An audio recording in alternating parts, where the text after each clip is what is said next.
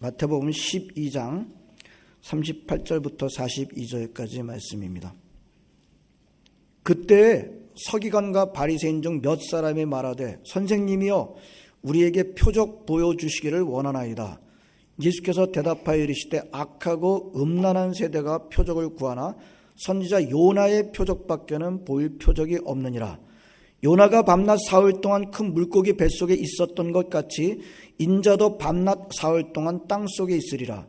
심판 때에 니느웨 사람들이 일어나 이 세대 사람을 정죄하리니 이는 그들이 요나의 전도를 듣고 회개하였음이거니와 요나보다 더 큰 이가 여기 있으며 심판 때에 남방 여왕이 일어나 이 세대 사람을 정죄하리니 이는 그가 솔로몬의 지혜로 말을 들으려고 땅 끝에서 왔음이거니와 솔로몬보다 더 큰 이가 여기 있느니라. 아멘. 복음서를 읽다 보면요, 우리 주님이신 예수님이 지상에 계셨을 때 모든 사람들과 평화롭게만 지내셨던 것은 아니라는 것을 발견하게 됩니다. 물론 예수님은 평화의 왕으로 오셨습니다. 그리고 모든 사람들에게 평화를 주시기 위해서 오셨습니다. 잘 보면요, 실제로 예수님이 지상에 계시는 동안에 모든 사람들하고 평화롭게 지내셨던 것은 아니었던 것을 보게 됩니다. 어떤 사람들과는 굉장히 충돌하셨어요. 좀 강하게 표현하면 어떤 사람들과는 싸우셨던 것을 우리는 볼 수가 있습니다. 누구랑 싸웠나요? 하나님을 잘 믿는 사람들과 싸웠어요.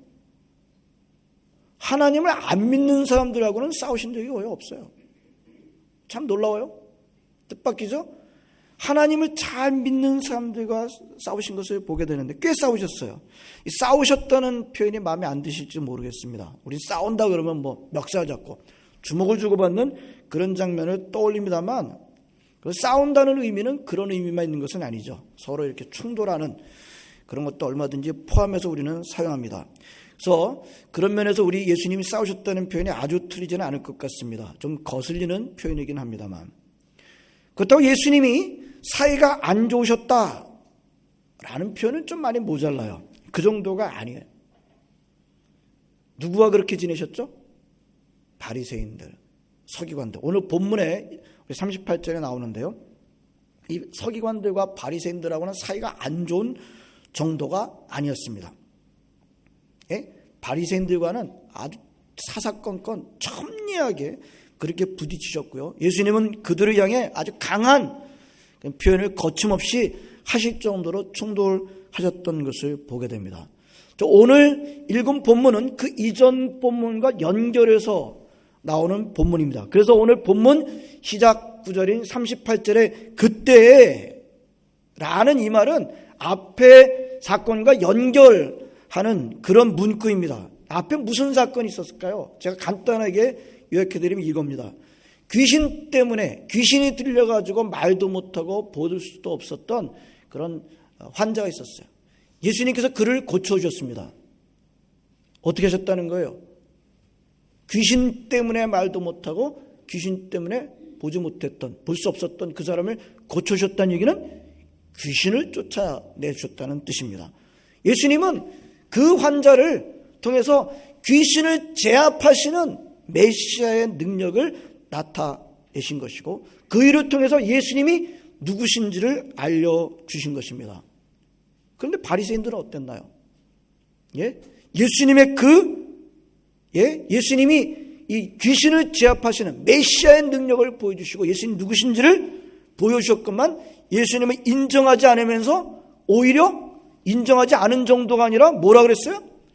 귀신의 힘을 빌려서 귀신을 제압한다. 뭐 이런 식으로 몰아간 거예요. 그 예수님이 어떻게 하셨습니까?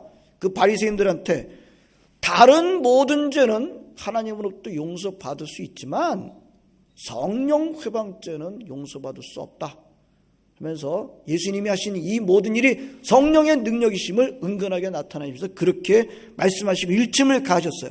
여기까지가 바로 앞에 있었던, 본문 앞에 있었던 사건입니다. 바리새인들이 어떻게 했습니까? 근데 그냥 아무 소리도 안 했나요? 바리새인들이 물러서지 않았습니다. 오늘 본문은 거기서부터 시작해. 그래서 그때에 라는 그 말은 그런 배경을 가진 말입니다. 그때에 바리새인들이, 서기관들이 나와서 예수님한테 뭘 요청을 합니다. 뭘 요청을 합니까? 예? 선생님이요, 우리에게 표적 보여주시기를 원하나이다. 짧게 영어로 되어 있습니다. Teacher, we wish to see a sign from you. 예. 뭘 보여달라고 그랬어요? 표적을 보여달라고 그랬습니다. 표적이 뭡니까? 대략 짐작은 갑니다만 이 장면에서 바리새인들 서기관들이 왜 표적을 보여달라고 했을까요? 이 표적이라는 말을 방금 우리 영어에서 읽었듯이 사인이라고 영어는 번역한 것을 볼 수 있습니다. 사인이라고 하니까 좀 더 이제 감이 잡히는 것 같아요.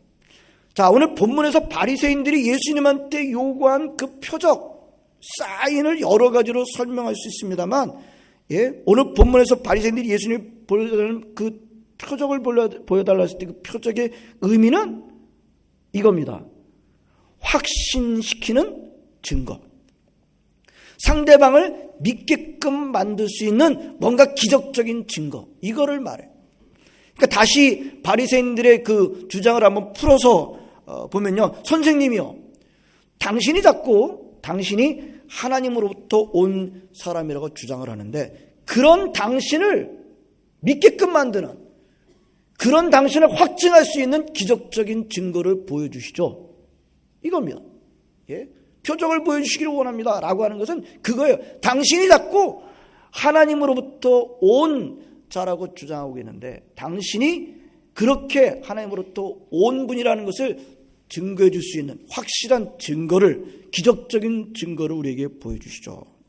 여기서 우리는 지금 바리새인들이 예수님께서 지금까지 보여오셨던 그런 기적들 가운데 또 하나의 기적을 보여달라는 것은 아닌 것임을 우리는 보게 됩니다. 왜냐하면 방금 전에 봤거든요. 귀신 들린 사람이, 눈이 멀고 귀가 멀었던 사람이 예수님에 의해서 귀신이 쫓겨나가고 봤거든요. 지금 그런 종류의 기적을, 표적을 또 하나, 어나더로 또 하나 보여달라는 그런 뜻은 아닐 것입니다. 예? 그런 귀신을 내쫓는 기적을 행하는 당신의 능력이 하늘로부터 왔다고 하는, 귀신이 아니라 하나님에게서 온 것이라고 하는 증거를 보여주십시오. 기적적인 증거를 보여주십시오 라고 요청한 것입니다. 자기네들로 하여금 예수, 당신이 하나님이 보내신 자라고 하는 것을 완전히 믿게 할 수 있는 증거를 보여주시죠 라고 하는 그런 뜻입니다. 이 바리새인들의 요구가 무엇인지, 요청이 무엇인지 좀 분명해졌습니다. 여러분, 이 대화할 때 있잖아요. 굉장히 그 성경에서 일어나는 이 대화를 잘 주의 깊게 볼 필요가 있어요. 이 바리새인들이 던지고 있는 질문 속에 바리새인들의 문제가 고스란히 들어있습니다. 이 질문의 의도가 뭔지, 여기에 바리새인들이 어떤 사람인지라는 것을 정확하게 담고 있어요. 그 다음에 그것에 대해서 답변하시는 예수님의 답변 속에 예수님이 누구신지가 또 고스란히 들어있어요. 그 대화 한마디 한마디를 여러분 유념하시고 잘 이렇게 보실 필요가 있어요. 먼저 예수님이 어떻게 답변하시던가요? 어떻게 답변하셨어요? 39절에 뭐라고 답변하셨어요? 악하고 음란한 세대가 표적을 구한다. 악하고 음란한 세대가 표적을 구한다. 음란, 이 말만 가지고 지금 예수님이 성적인 문란을 지금 말씀하시는가? 성적으로 문란한 세대는 그래서 막 표적을 앞세우고 그것을 군한다는 그런 뜻인가? 그렇지 않죠. 여기서 음란하다는 것은 성적인 음란을 말하는 게 아니라 영적인 음란을 말하는 것입니다. 여러분, 성경 전체를 보게 되면 하나님과 우리 믿는 사람들과의 관계를 신랑 신부 관계로 표현한 것이 많아요. 부부 관계로 표현한 것이 많아요. 그죠? 여러 가지 관계로 표현한 것이 많습니다만 신랑 신부, 하나님은 신랑, 우리 예수 믿는 사람들은, 하나님 믿는 사람들은 신부. 예? 하나님은 남편, 예수님은 남편, 우리 예수님 하나님 믿는 사람들이 신부, 이렇게 표현한 것이 많습니다. 여기서 악하고 음란하다는 말은 남편이신 하나님 앞에 어떤 부정한 아내 같은, 예? 예? 남편이신 하나님 앞에 그 부정한 그 아내 같은 그런, 예, 상태를 말합니다. 하나님이 영적으로 부정한 아내 행실을 뜻합니다. 무슨 뜻일까요? 하나님을 잘 믿는다고 하는 그들이 하나님에게, 남편이신 하나님에게 신실하지 않다는 거예요. 예? 예? 남편이신 하나님 앞에 아내로서 신실하지 않다. 그런 사람들이 표적을 구한다. 다시 말하면, 쉽게 말하면 하나님을 제대로 믿는다고 말하지만 하나님을 제대로 믿지 않는 사람들이, 믿음이 제대로 없는 사람들이 표적을 구한다. 이렇게 말씀하신 것입니다.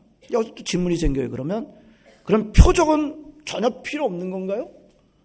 표적은 나쁜 건가요? 그렇지는 않아요. 전혀 그렇지 않습니다. 그렇지 않다고 대답하신 이유가 어디 있어요? 우리 하나님이 그런 표적을 사용하시기를 좋아하시고, 어떻게 보면 표적을 사용하신 시작자이시고 표적을 잘 사용하시는 대가이시기 때문입니다. 예를 한번 들어보겠습니다. 할례. 이스라엘 남자들이 난지 8일 만에 받는 그 할례. 예?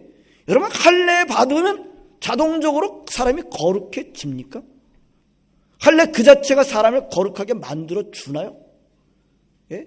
할례 받기만 하면 자동적으로 사람이 완전히 하나님 앞에 거룩해집니까? 아니에요. 예? 거룩해지는 건 온전히 하나님의 일방적인 능력이에요. 그렇게 일방적으로 언약을 맺음으로 말미암아 거룩해진 백성들한테 그 표지로 사인으로 할례를 주신 거죠.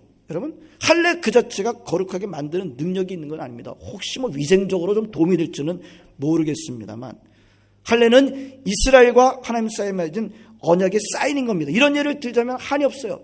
이스라엘 백성들이 광야에서 이동식 성전을 이렇게 갖고 다녔죠. 그래서 우리는 성막이라고 합니다. 이 성막이 어떻게 생겼는지, 성막의 구조와 거기에 들은 모든 가구들이 다 예수 그리스도를 나타내는 일종의 사인이다, 일종의 표적들인 것을 우리는 보게 됩니다. 구약 성경 전체에는 표적으로 가득 차 있습니다. 예? 하나님께서 사인을 사용하셔요. 그 사인 자체가 나쁜 것은 아닙니다. 그 사인, 표적을 구한다는 것 자체도 잘못된 것은 아닙니다. 그 다음을 한번 보시기 바랍니다. 예수님 뭐라고 그러셨어요? 그 다음에 앞으로는 절대로 표적 보여주지 않겠다. 악하고 음란한 세대가 표적을 구하는데 나는 앞으로 절대로 안 보여주겠다. 그렇게 말씀하시지 않고 뭐라고 그러셨어요? 선지자 요나의 표적 밖에는 보일 표적이 없느니라 라고 말씀하신 것을 보게 됩니다. 사인은 나쁜 거야, 표적은 나쁜 거야, 절대로 안 보여주겠다라고 하신 것이 아니라 요나의 표적밖에는 보여줄 표적이 없다. 이 말씀은 무슨 뜻이에요? 예? 표적을 더 많이 보여줘가지고 표적 앞에 그냥 완전히 그냥 딴소리 못하게 만들겠다, 그런 뜻이 아니고요. 표적을 보여주겠는데 아껴서 보여주겠다, 그런 뜻이라고 볼 수 있어요. 그 말씀 뒤에 있는 의미는 지금까지 수많은 표적을 이미 보여줘 왔건만, 안 보여준 게 아니라 보여줘 왔건만 이제는 한 가지 외에 더 이상의 보여줄 표적이 없다. 그 뜻은 더 이상 표적을 보여줄 필요가 없다는 뜻입니다. 우리 하나님과 예수님이 표적을 안 보여주신 것이 아니었어요. 우리 하나님 표적 보여주시기를 좋아하시는 분이셨습니다. 이스라엘 백성들 애굽에서 건져낼 때 10가지의 재앙, 그건 표적이에요. 그래서 보여주셔가지고 홍해를 마른 땅으로 건너게 하시고 하늘에서 메추라기 만나가 쏟아지게 하시고 바위가 깨져가지고 물이 쏟아지게, 이 전부 다 표적들이에요. 예수님은 어떠셨나요? 신약의 예수님은 안 하셨던가요? 아니잖아요. 어떤 표적을 보셨나요? 바로 앞에 귀신을 내쫓으시고요, 불치병 환자들을 고치시고 물로 포도주를 만드시고 광풍을 잠재우시고 물 위를 걸으시고 죽은 자를, 이게 전부 다 뭐예요? 예수님이 누구신지를 나타내시는 다 사건들이에요. 그냥 표적이 좋아가지고 하신 게 아니에요. 표적을 좋아하니까 사람들한테 보여주기 위해서 그런 것이 아니에요. 사람을 꼼짝 못하게 하는 난치병, 불치병을 제압하시는 예수님, 귀신을 제압하시는 예수님, 광풍을 제압하시는 그리스도, 물 위를 걸으시는, 세상의 모든 자연적인 법칙을 위에 계시는, 심지어 사망의 권세까지도 제압하시는 그런 그리스도 메시아이심을 나타내 보이신 것을 볼 수가 있습니다. 성경 전체를 놓고 보게 되면 하나님 예수님께서 종일토록 손 벌리시고 하나님이 누구신지 예수님이 누구신지 알아달라고 하는 표적들로 가득 차 있는 것을 우리는 보게 됩니다. 바리새인들의 문제가 뭐예요? 그런 표적을 행하시는 예수님을 눈앞에 보면서도 예수님을 인정하지 않는 거예요. 예? 그런 표적이 모자라가지고, 예? 지금 예수님을 인정하지 않겠다는 게 표적 눈을 보면서도 인정하지 않으면서 예수님이 누구신지 또 보여주는 표적을 또 보여달라고 하고 있는 것입니다. 예수님이 이 요구 앞에서 요나의 표적밖에는 보여줄 것이 없다.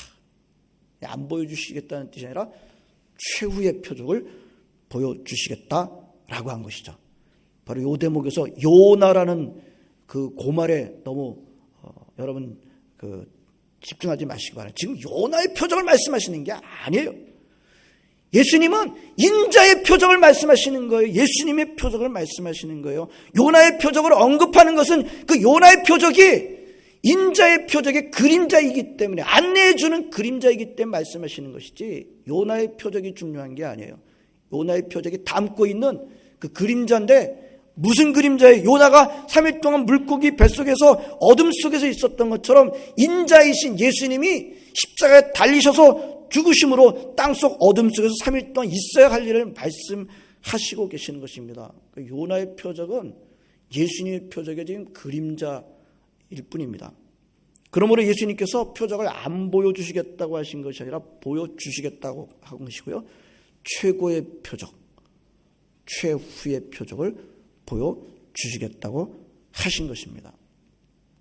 근데 오늘 본문에는 안 나옵니다만 나중에 우리는 알게 됩니다만 그 최고의 표적과 최후의 표적을 사람들이 봤나요, 안 봤나요? 봤어요.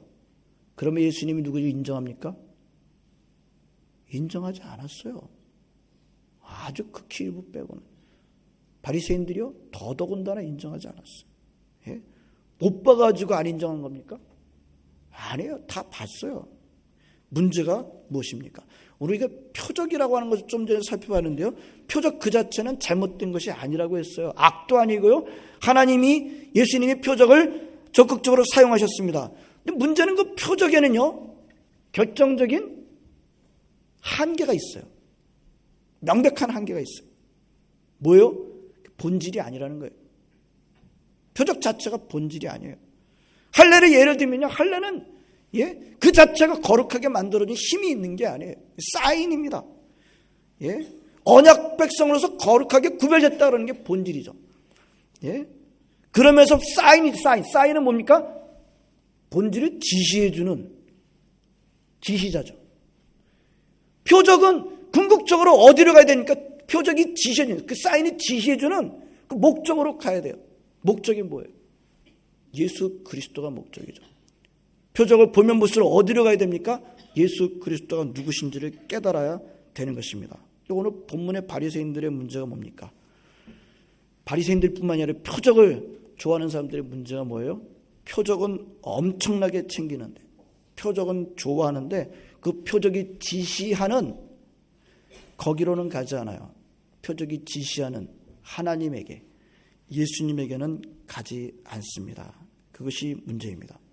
예수님은 그런 상태에 있는 그들에게, 또 표적을 요구하는 그들에게 표적을 절대로 안 보여주시겠다고 하지 않고 최고의 표적, 최후의 표적을 보여주십니다. 십자가에 달리셨다가 3일 만에 부활하시는 이 놀라운 표적을, 여러분 구약 성경에서 일어난 모든 표적의 그 종착지는 바로 이 십자가와 부활 사건이에요. 나머지는 전부 다 그것을 지시하는 그림자죠. 표적의 본질을 보여주시고 표적의 최후와 최고를 다 보여주셨구만. 그래도 안 믿었던 겁니다. 문제가 뭐라고요? 표적을 못 봐서, 표적이 부족해서, 뭔가 보질 못해서 안 믿는 게 아니고 다 보여주셨는데도 안 보고 안 믿겠다고 하는 것입니다. 예수님이 그런 거짓된 신앙에 대해서 어떤 결과를 얻게 되는가? 오늘 두 가지 역사적 사건을 들어서 말씀하셨습니다. 요나의 전도를 듣고 니느웨 사람들이 회개했다는 것. 그리고 구스의 여왕, 우리는 시바의 여왕이라고 우리는 기억하고 있는데, 구스의 여왕이 솔로몬을 통해 주시는 하나님의 말씀을 들으려고 땅끝에서 찾아왔다는 것. 바로 그 이방인, 이 다 이방인들이에요. 이스라엘 사람들이 상종도 하지 않던, 감히 어디 할례 받지 못하는 사람들이. 근데 그 사람들이 심판 때 오히려 이스라엘 사람들을 심판하게 될 것이다. 이스라엘 사람들한테는 모욕이에요. 욕하는 거예요, 이건. 감히 할례 받지도 않은 그런 이방인들이 우리 할례 받은 우리 선민을 심판한다고? 말도 안 되는, 그렇게 반응할 만한 그런 일입니다만, 예수님의 말씀은 그대로 이루어질 것이고 이루어졌던 것을 우리는 보게 됩니다. 이스라엘은 수많은 표적을 이미 봤습니다. 표적을 보고 있는 중간에 있어요.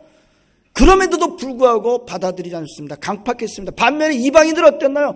표적은 안 보고, 표적은 보지도 않고 그냥 말씀만 듣고도 사람들이 회개하고 그 말씀 앞에서 갈급해서 땅끝에서부터 찾아왔다는 것을 말씀하고 있어요. 표적은 본 적이 없어요. 그런 말씀, 그 말씀 듣고 회개하고 그 말씀 듣기 위해서 금은보화 챙겨가지고 저 먼 곳에서 그렇게 챙겨가지고 시간을 들여가지고 국력을 낭비하면서까지 그 구세의 왕이 찾아왔던 것을 말씀하고 있습니다. 오늘 본문을 통해서 우리는 하나님이 무엇을 원하시는지를 우리는 분명히 볼 수가 있습니다. 우리 하나님이 원하시는 것은요, 우리가 하나님의 말씀을 듣기를 원하는 것입니다. 그냥 귀로만 듣는 것을 물론 말하는 것은 아닙니다. 구약에서는 청종하다라는 말을 썼습니다. 하나님은 저와 여러분이 하나님의 말씀을 청종하기를 원하십니다. 하나님의 말씀을 잘 듣고 깨닫기를 원하십니다. 더 궁극적으로 하나님이 누구신지를 알기를 원하십니다. 예수님이 누구신지를 알기를 원해요. 오늘 본문에 예수님이 진정으로 원하는 것은 예수님이 누구신지를 사람들이 알게 되는 것입니다. 그게 본질이 예수님이 그리스도시다, 귀신을 제압하시는 메시아시다, 이것을 알게 되기를 원하시는 거예요. 그것을 알게 하려고 표적이라는 방법을 사용하시는 겁니다. 표적은 방법이에요.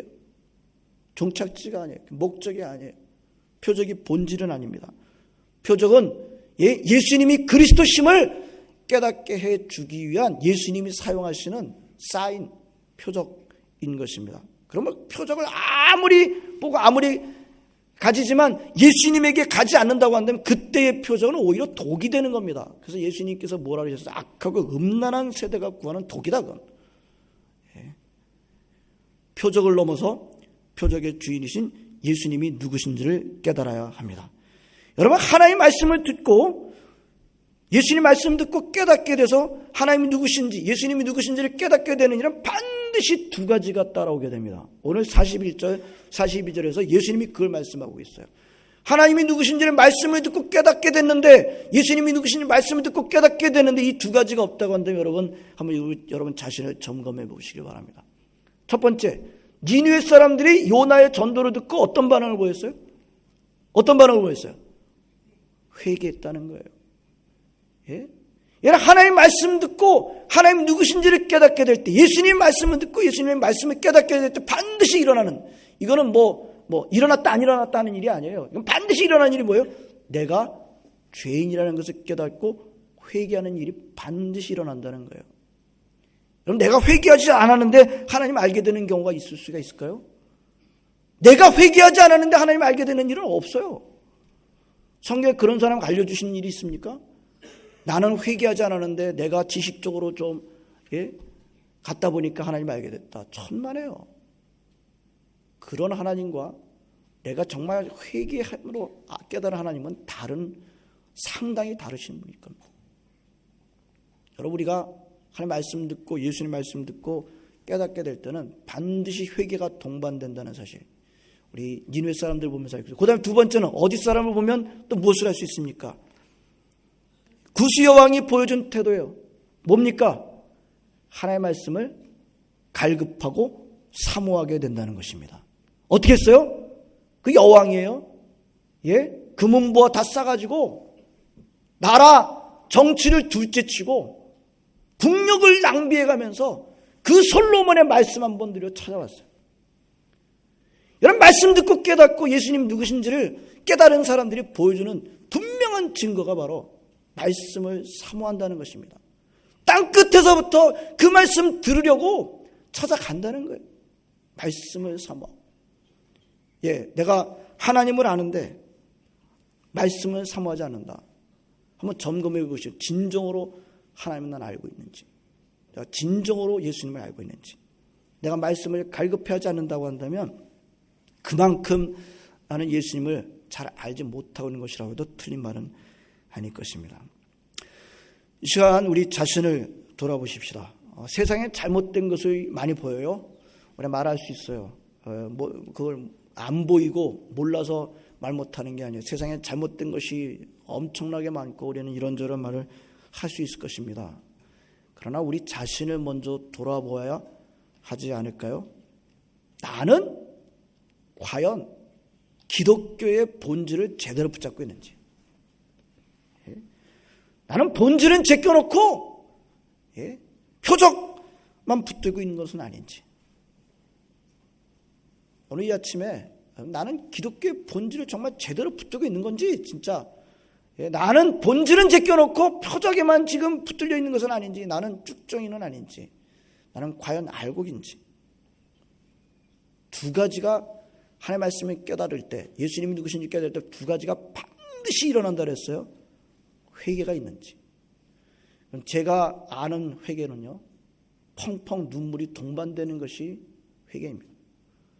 회개는 했는데 그냥 아무런 감각이 없이 표현이 좀 멀뚱멀뚱하게 있는 상태의 회개. 성경은 그런 회개에 대해서 별로 말씀하지 않아요. 눈물이 펑펑 쏟아지고 주체할 수 없는. 여러분, 하나님 만나고 예수 그리스도를 만났을 때 나에게 분명한 그런 사건이 있었는지, 그리고 그 하나님의 말씀이 너무 좋아가지고 국력을 낭비해가며 금은보화를 쏟아부으면서까지, 시간을 다 쏟아부으면서까지 그 말씀을 찾아간 적은 있는지. 저는 오늘 이번 사경회가 여러분들한테 그런 좋은 도전이 됐으면 좋겠습니다. 물론 사경회뿐만이 아니에요. 우리가 매주 예배 드릴 때마다 니느웨 사람이 보여줬던 자세, 구스형이 보여줬던 그 자세, 예수님이 뭐라고 말씀하시냐면 그 사람들이 오히려 선민인 이스라엘을 심판하게 될 것이다. 표적을 지나 예수님에게로 가시기를 바랍니다. 여러분, 인생은 예수님 놓치면 다 놓치신 것입니다. 예수님을 만날 때 진정한 회개, 눈물이 펑펑 쏟아지는, 그리고 정말 그 어떤 것보다도 앞세워서 그분의 말씀을 사모하는 갈급함이 나에게 증거가 별로 없다면 심각하게 여기시기를 바랍니다. 회개와 갈급함으로 주님의 말씀을 받는 사람들은 주님이 계시는 자리에 함께 앉게 될 것입니다. 주님이 계시는 자리에 함께 앉으시는 여러분 모두가 되시기를 진심으로 바랍니다. 기도하시겠습니다. 하나님, 감사드립니다. 오늘도 저희들을 불러주시고 함께 예배드리게 하시고 찬송하게 하시고 또 하는 기도하게 하시고 주의 말씀 듣게 해주심을 감사드립니다. 하나님, 오늘 말씀 우리가 마음판에 새기며 오 주님, 우리 주님께서 여러 가지 표적을 보여주시는데 그것은 결국 예수님이 누구신지를 깨닫게 하시기 위한 하나의 방법임을 알게 해주시고 우리가 표적에 머물러 있지 않게 하여 주시옵소서. 표적이 지시하는 바 하나님에게, 예수님에게 본질에 하나님 아버지, 분명히 하나님 아버지 정말 나아가는 저희 모두가 되게 해 주옵시기를 간절히 바라옵고 원합나이다. 그래서 반드시 일어나는 회개와 갈급함이 우리에게 분명한 증거가 있게 하여 주시옵소서. 주께서 하나님 저희들을 그렇게 불러주시고 하나님의 자리에, 주님의 자리에 함께 앉게 해 주실 줄로 믿습니다. 예수님의 이름으로 기도하옵나이다. 아멘.